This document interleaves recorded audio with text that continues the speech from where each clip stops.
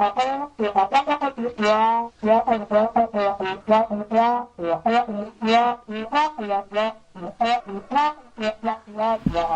you know what I love? Like, I just love when like, like you making a video and like, you know what I'm saying? You talking your shit, and then like out of nowhere, you just realize, yo, the whole time I was yapping, I've been muted. We gotta restart this shit. We gotta restart this shit. No, I can't calm down. Bitch, I'm too turned up. Oh my god.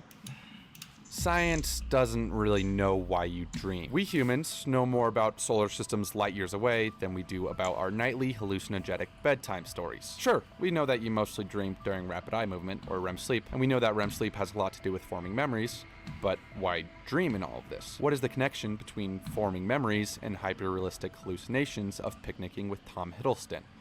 There's not really any good answers. Science doesn't really know, but there are theories. And every theory usually falls under one of two umbrellas. One side claiming that dreams have a primary function, and the other side saying that dreams are an epiphenomenon. Primary function gang or epiphenomenon gang? Which one are you? Y'all like this video better? Y'all like, I know y'all want to see the video. Or for those who only know regular person words, collateral damage of other primary functions. Meaning it's pretty much just an Easter egg of the brain. The primary function people look at it like this. See, we can observe by hooking people up with wires that during REM sleep, you are most often experiencing negative emotion, particularly anxiety. So these scientists reason that dreams are then to prepare us for threats, so we will be able to act in the midst of anxiety in the real world, claiming that dreams are an evolutionary trait, that early humans that dreamed anxieties were more prepared to face. Alright, so first thing first, right? He said that, like, I should, man, fuck, man, I'm just, man. Functions. Meaning it's pretty much just an Easter egg of the brain. The primary function people look at it like this. See, we can observe by hooking people up with wires that during REM sleep, you are most often experiencing negative emotion, particularly anxiety. So he thinks, well, no, not he. The primary thinker gangies think that, that, like, when you're asleep, like REM sleep is like so important, bro. You're not really sleeping if you're not going into REM sleep, bro. You know what I'm saying? Like, you're not getting any of the benefits from like your body type shit. And to say that, that's the point where you experience like a lot of negative emotions is very interesting to me. No. When they go, these scientists reason that dreams are then to prepare us for threats, so we will be able to act in the midst of anxiety in the real world, claiming that dreams are an evolutionary trait, that early humans that dreamed anxiety. We're talking about evolution, right? So crash course. It's not crash course. Nigga, let's speed run this shit real quick. You know what I'm saying, bro? What y'all think about evolution? Because me, bro, I'm just like this, bro. How comes? This is my one question. How comes we don't see the monkey humans, like the humans that are like in between like a homo sapien and like us? Like, how comes we don't see that? I feel like if evolution was truly true, bro, like we literally see it, bro, because that means that like, every so like hundreds, thousands of years, there's just batches of humans. You know what I'm saying? Like, there's a batch of humans. This batch of humans die, but like, where's the last one? Like, or like where's like in the evolutionary like curve? Like, where's like the beginning of it, and where's the most recent one? You get what I'm saying? Like, how comes we don't see people like that? We don't see them. Like, I don't get it. But also, I got another question. I know I said one, but I got two. So like, since like there was like, life started in Africa, so that means everybody was black at a point. So that means niggas migrated. If I'm not mistaken, this is a part of evolution theory. Niggas migrated. You know what I'm saying? Lighter climates, colder climates and shit, less sun, gave them lighter skin. Okay. Now ask me like I'm gonna ask all this. If a white person came to Africa, only had babies with other white people, would they then generations from now turn black and they just stayed in Africa for thousands, like they just like, you know what I'm saying, we gotta stay here, stay put, you know what I'm saying, they stay there for thousands of years, would they turn back black? Bro, I do not think so, bro. Like, bro, yeah, no. You know what I'm saying?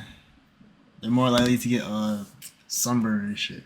Anxieties were more prepared to face actual events because they Slow. felt the anxieties under maybe different circumstances in their dreams. So the scarier dreams you had, the more prepared you were. The epiphenomenon people look at it from a different standpoint. They have the idea that during REM sleep, the unconscious part of our brain is sorting memories, throwing out the useless information and really dialing in what's important. So the theory goes that the electrical impulses created whilst this is going on is detected by our conscious brain, and our cortex just kind of gets confused with all this noise and throws together a story to make sense of it, creating a dream. Also, because it's your cortex, it will usually incorporate things that you think about often, hence why sometimes you'll dream of being fed grapes by Tom Hiddleston. This category of thinking says that dreams don't serve any purpose, and instead they're just a random byproduct. The problem I have with that standpoint is that our body... It's cap. I've had dreams that literally told me the future, bro. Like, I literally made a video about this, bro. I've had dreams that literally like told me the future, or just told me certain scenarios that happened later. Like literally, bro, it's so crazy. I was looking at that shit yesterday, cause I write my shit down. I was like, yo, that shit, like some of them, like that shit literally happened. Like this shit happened. You know what I'm saying? I'm like, damn, that's crazy. And I dreamed about that shit years ago, so I'm just like, yo. I don't know if it serves no purpose, and it's just some random shit, bro. I think there's some definitely like spiritual about it, that like there's more understanding to be had about dreams. Bodies have seemingly gone great lengths to ensure we're able to dream. For example, during REM sleep, your brain inhibits motor neurons in the spinal cord, essentially vegetabilizing you while you sleep so you don't act out your dreams. It's like your brain is going out of its way to dream. There are also cases where dreams themselves have seemingly helped people process information, going contrary to the idea that they are purposeless. For example, in 1845, an inventor named Elias Howe had been obsessing over an idea of a machine with a needle that would go through the cloth for you. But he had no idea how it would work. One night, he had a strange dream where he was about to be cooked by cannibals. Unfortunately, they didn't have Tom Hiddleston back then. Yo. How many of y'all had a dream that you died in, bro? I had one of those. That shit was like kind of scary. I won't lie. All for like saying it. But like, yo, that shit was kind of scary, bro. The cannibals were dancing around him with spears, about to throw him in a fire, but he noticed something strange about their spears. Each one had a small hole near the tip. When he woke up, he couldn't get the image of the strange spears up and down motion out of his mind. He then realized that was the key to making his machine work. Moved the hole from the back of the needle, like how it's done by hand, to the point of the needle, like the spears. So it's thanks to a dream that he realized the technological possibility of this sewing machine. Carl Jung believed that dreams had a very significant meaning, and seems to have a middle ground of the two categories of thinking. He stated that dreams are messages sent up from the unconscious. In his words, the dream is a spontaneous self-betrayal and symbolic form of the actual situation in the unconscious. The dream is specifically the utterance of the unconscious, and that's quite interesting to me. I like a little that. Too many big words. I like how he put it. The dream is a spontaneous self-portrayal in symbolic form of the actual situation in the unconscious. The dream is specifically the utterance of the unconscious. Now, I'm one of the niggas that believe, bro, like, your unconscious mind, bro, that shit could, like, what you think about unconsciously, you manifest in your life. You feel me? So that's how I feel like, well, like how it relates to like you dream the future, because it's like you're dreaming what you're thinking all the time. Hold on, not like I gotta put it in a better way, but I feel like y'all know where I'm getting at though. Like it got a spiritual meaning to them, bro. You feel me? For my taste, but interesting nonetheless. I think that way of thinking appeals to me because for most of my life, I've had lucid dreams. Allow me to give you an example of a lucid Yeah, lucid dreams, man. Yo, I'm ready. Lucid dreams, bro. dream. One night, I had a dream where I was locked sitting in my room, but my room was empty, no furniture. I saw. Quick thing, let me tell you my lucid dream. I remember the first time I lucid dream, bro. I was like, okay. I went to sleep. Did I wake back up? No, I went to sleep. Yeah, I remember. I went to sleep. I was like, yo, I'm lucid dream. I'm a lucid dream. Lucid dream. I think I had like, did I have a sign? No, I didn't have. I just said, fuck it, I'm lucid dream, right? Then I think maybe I did have a sign, but I was like, fuck it, I'm lucid dream. I went to sleep. I woke up in my dream, and I'm in like a weight room, a gym type shit, lifting. I'm like, yo, I realized, yo, I'm in a dream. So like, the weights, yo, they just start getting light, start floating and shit. I'm like, alright. I think I go in the hallway, and I'm like, yo, I'm low-key stuck. Like I felt like I was like stuck in my dream. Like, yo, I'm in my dream, but I don't know like what to do. You feel me? Like I feel like I'm in my dream, and I'm just like, yo, what the like where how do I get out of here? Where do I go? Like I'm just stuck in like this like space. And then I think how have I actually a minute? Did I write that shit down? Yo, I'm gonna try to find that. I'm gonna tell y'all about it. But that shit was crazy. I feel like I was stuck in my dream, and then I think I think I ended up boxing a little bit. I think I got tired and I woke up. I was like, yo, that was crazy. That was a crazy dream. That was wild. A wind-up toy lizard that began winding itself. Once it was done winding, it moved like a real-life lizard.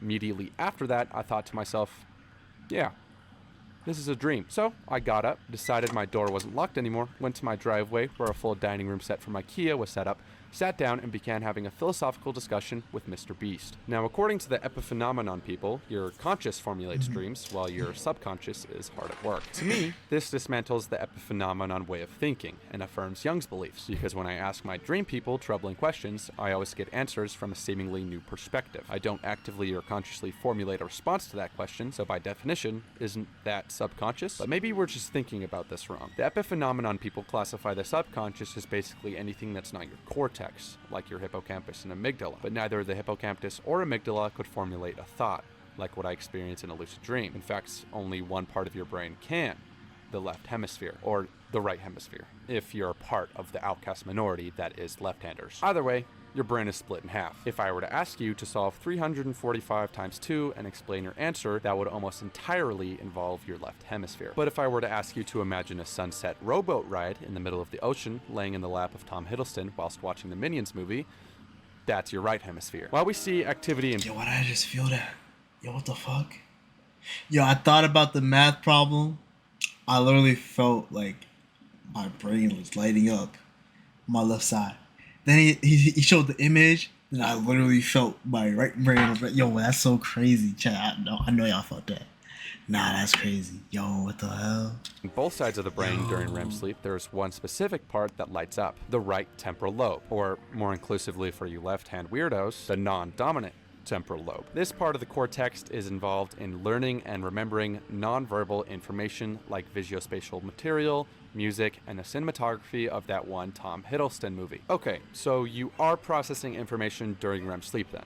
That seems clear, but my observations during lucid dreaming seems to contradict the idea that dreams themselves are just collateral. Maybe it has something to do with the corpus callosum, which connects the two hemispheres, but then Mr. Beast wouldn't be able to articulate himself. As you can see, it gets messy. Science kind of breaks, nothing makes sense, so let's turn away from science to a philosophical way of thinking to give us the illusion of an answer. Maybe dreams point out a path unknown to the waking conscious, giving much needed heedings of what's to come. In the form of Tom Hiddleston.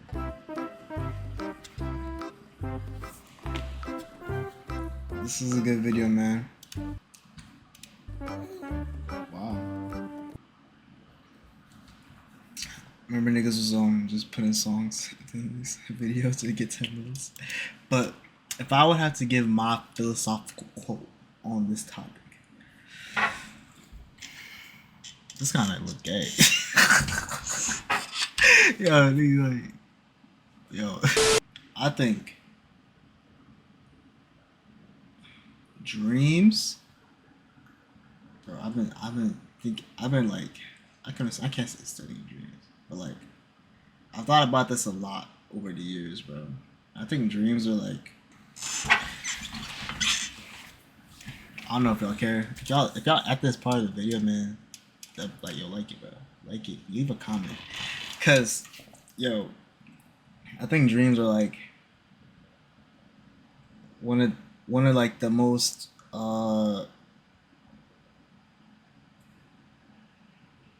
grossest or like in your face connections to like the astral plane and like the astral plane. I feel like that's a good way to explain it, bro.